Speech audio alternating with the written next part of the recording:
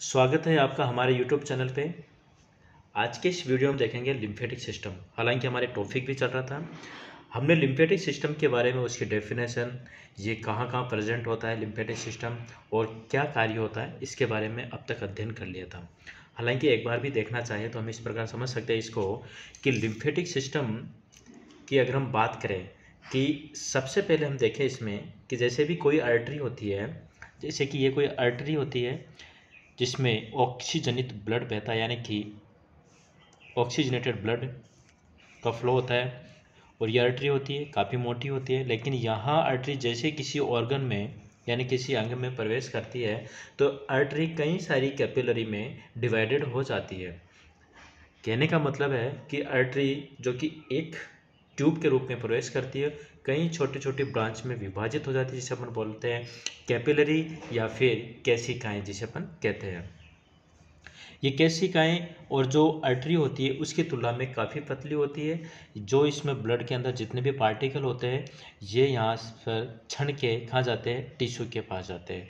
यानी कि जो ये सेल होती है इनके पास जाएंगे, सेल के पास ऑक्सीजन जाएगी, इसके अलावा ग्लूकोज जाएगा, प्रोटीन यानी कि छोटी वाली प्रोटीन जो कि फिल्ट्रेट यानी छन कर इसमें जाएगी, किसके पास, सेल के पास। ठीक है।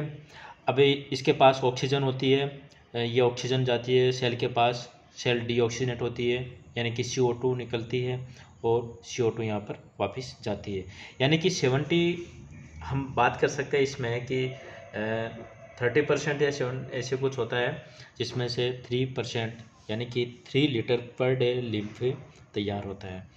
और ये जितना भी फ्लूइड होता है जिसे अपन बोलते हैं टिश्यू फ्लूइड कहते हैं, और ये टिश्यू फ्लूइड एक विशेष प्रकार की कैपिलरी होती है जिसे अपन बोलते हैं लिम्फ कैपिलरी के माध्यम से ये फ्लूइड जो निकलता है, ये विशेष कैपिलरी जिसे अपन बोलते हैं लिम्फ कैपिलरी के माध्यम से यहाँ पर एक नोड होती है जिसे अपन बोलते हैं लिम्फ नोड्स, और ये जो ट्यूब होती है इसे अपन बोल सकते हैं लिम्फ वेसल्स। यानी कि जो टिश्यू फ्लूइड होता है वो लिम्फ वेसल के माध्यम से लिम्फ नोड में आता है, और लिम्फ नोड की अपन बात करें तो लिम्फ नोड में पाई जाती है WBC, अधिक मात्रा में WBC पाई जाती है जिसे अपन बोलते हैं लिम्फोसाइट्स। ये लिम्फोसाइट्स एक तरह से हमारे जो ब्लड होता है, ये टिश्यू फ्लूइड होता है, इसमें जो भी कोई हानिकारक जो भी बैक्टीरिया फंक्शन इन्फेक्शन वगैरह जो भी चीज़ होती है इनको चेकिंग का कार्य यानी कि जांच का कार्य भी कह सकते हैं, या फिर जो भी इन्फेक्टेड चीज़ होती है उसे नष्ट करने का कार्य करता है। यानी कि एक तरह से चेक करता है, जैसे कोई पानी आया, पानी को चेक किया और शुद्ध है या अशुद्ध है। अगर अशुद्ध होता है तो ब्लड को कांटेक्ट करके कहता है कि भाई इसमें, कहने का मतलब एक्टिविटी निभाता है और उसको डैमेज करने का कार्य करता है। लेकिन इसमें कोई दिक्कत नहीं है तो यहाँ से फ्लूइड होता है वो वापस कहाँ जाता है, वेन में मिल जाता है। कह सकते हैं कि आर्टरी आर्टरी जो छोटी छोटी धमनिकाओं से कई केशिकाओं से सिराओं में ही बदल जाती है। ठीक है, ये इस प्रकार से ही ये लिम्फेटिक सिस्टम तैयार होता है। और इसके अलावा हमने ये भी देखा था कि लिम्फेटिक सिस्टम जो होता है हमारा पूरी बॉडी में फैला होता है लिम्फ वेसल्स के माध्यम से, यानी कि लिम्फ वेसल्स होती है और इसके अलावा लिम्फ कैपिलरी होती है, ये पूरी बॉडी में फैलती रहती है। और ये डॉट डॉट संरचना पाई जाती है, लिम्फ नोड्स पाई जाती है जिसमें WBC की मात्रा पाई जाती है, लिम्फोसाइट्स पाया जाता है जो कि जितने भी हानिकारक बैक्टीरिया इन्फेक्टेड चीज़ें होती है उनको नष्ट करने का कार्य करती है। आज हम उससे आगे देखेंगे क्योंकि हमने ये सब देख लिया था किस प्रकार से कितनी मात्रा होती है। आज हम देखेंगे लसिका तंत्र के घटक, यानी कि जो लिम्फेटिक सिस्टम होता है उसके घटक क्या क्या है। एक तो होता है लिम्फ होता है, दूसरा लिम्फेटिक ऑर्गन होगा, और तीसरा है लिम्फ वेसल्स होती है। देखो जो लसिका होती है WBC रहित होती है, क्योंकि हमने ये चीज़ इसके अगर हमने बात करें तो हमने ये चीज़ इसमें भी देखी थी कि जो ब्लड और लिम्फ की अगर हम तुलना करें तो ब्लड में हमें RBC देखने को मिलेगी, लिम्फ में RBC देखने को नहीं मिलती। तो ये कैसी होती है, कलरलेस होता है। लिम्फ कैसी होती है, कलरलेस होती है, यानी कि एक तरह से हम कह सकते हैं कि सफ़ेद धूसर रंग जैसे अपन कह सकते हैं। इसके अलावा ब्लड में हमें प्रोटीन देखने को मिलेगी, लिम्फ में प्रोटीन की कम मात्रा होती है जो कि वेरी लाइट जैसे अपन कह सकते हैं, जो फिल्ट्रेट होके आती है। O2 CO2 दोनों में देखने को मिलेगी, क्योंकि लिम्फ के माध्यम से ही ऑक्सीजन निकल के आती है और टिश्यू को ऑक्सीजन टिश्यू के अंदर जितनी भी सेल वगैरह होती है उनको प्रोवाइड करवाती है। WBC की बात करें तो दोनों में होती है, क्योंकि लिम्फ में तो WBC ही देखने को मिलेगी क्योंकि लिम्फ नोड है। ठीक, अब हम देखेंगे कि लिम्फ जो होती है आरबीसी रहित होती है। अगर लिम्फ की बात करें तो ये कैसी होती है, आरबीसी रहित होती है, श्वेत धूसर द्रव्य होता है। इसमें अगर हम बात करें 94%, यानी कि अगर हम इसमें देखें कि 94% तो क्या होता है, जल होता है, और 6% क्या होता है, ठोस भाग होता है, जिसमें वसा होगी, शर्करा, प्रोटीन जैसे एक्सेटरी सिस्टम वाले पार्ट होंगे। अगर हम लिम्फेटिक ऑर्गन की बात करें कि लिम्फेटिक ऑर्गन है क्या, ठीक है।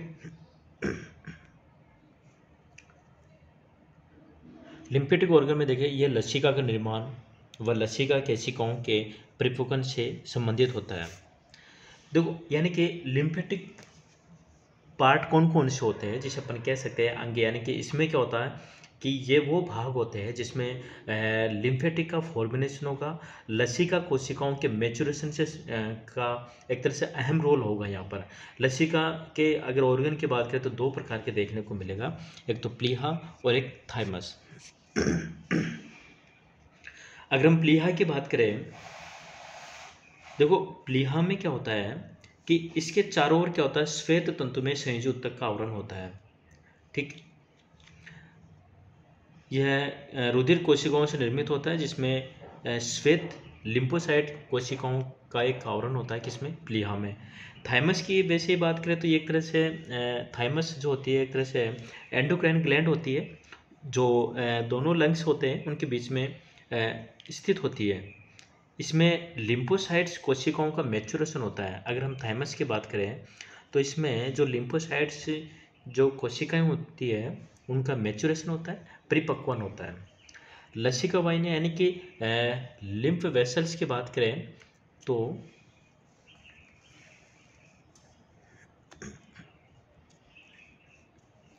ये शिराओं की तरह होती है, लेकिन इसमें कपाटों की संख्या तुलनात्मक रूप से अधिक होती है।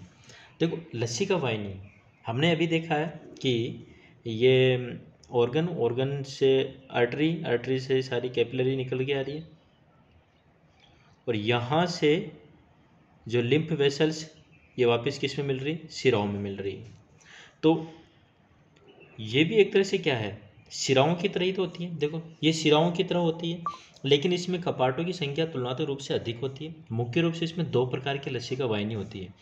एक तो हम बात करें तो राइट लिम्फेटिक वेसल्स, बाएं लसिका वाहिनी व दाएं लसिका वाहिनी। दाएं लसिका वाहिनी की बात करें तो ये छोटी होती है और दाई सब क्लेवियन शिरा में खुलती है। दूसरी बात हम देखें कि लिम्फेटिक जो नोड्स होती है उसके बाद समझे लिम्फेटिक नोड्स क्या होते हैं। ये लसिका कोशिकाओं के सिरों पर पाई जाती है। हमने अभी थोड़ी देर पहले पढ़ा था कि जो लिम्फ होती है ये यहाँ से टिश्यू फ्लूइड लिया और एक एक यहाँ पर नोड पाई जाती है और शिराओं में वापस मिल जाती है। तो ये नोड इस प्रकार के हमारे बॉडी में बहुत सारे होती है। तो ये नोड क्या करती है, इसमें देखें ये नोड एक तरह से एंटीबॉडी के संश्लेषण में अहम रोल निभाती है। देखो लसिका कोशिकाओं की सिरों पर पाई जाती है, मुख्य रूप से गर्दन, बाहों के बगलों में पाए जाते हैं। इसके अलावा हमारी पूरी बॉडी में फैले होते हैं। इन्हें टॉन्सिल भी कहा जाता है। टॉन्सिल एक छोटी छोटी गांठें होती है। अगर हम इस चीज़ को देखें, हमारी जो टंग होती है पीछे की तरफ आपको दो छोटी छोटी लास्ट की तरफ जो वोवुला लटका रहता है, तो उसी के पास में दो छोटी छोटी ट्यूमर टाइप में गांठें दिखाई देगी। वो भी एक तरह से टॉन्सिल के जैसे ही इनमें क्या होता है, नोड है एक तरह से वो भी। तो इनमें क्या होती है, WBC की मात्रा होती है। टॉन्सिल भी कहा जाता है। ये लसिका को छानने, एंटीबॉडी का संश्लेषण व लिम्फोसाइट्स का निर्माण आदि से संबंधित होती है। इसके अलावा हम ये देखें कि लसिका तंत्र के कार्य क्या है, के कार्य।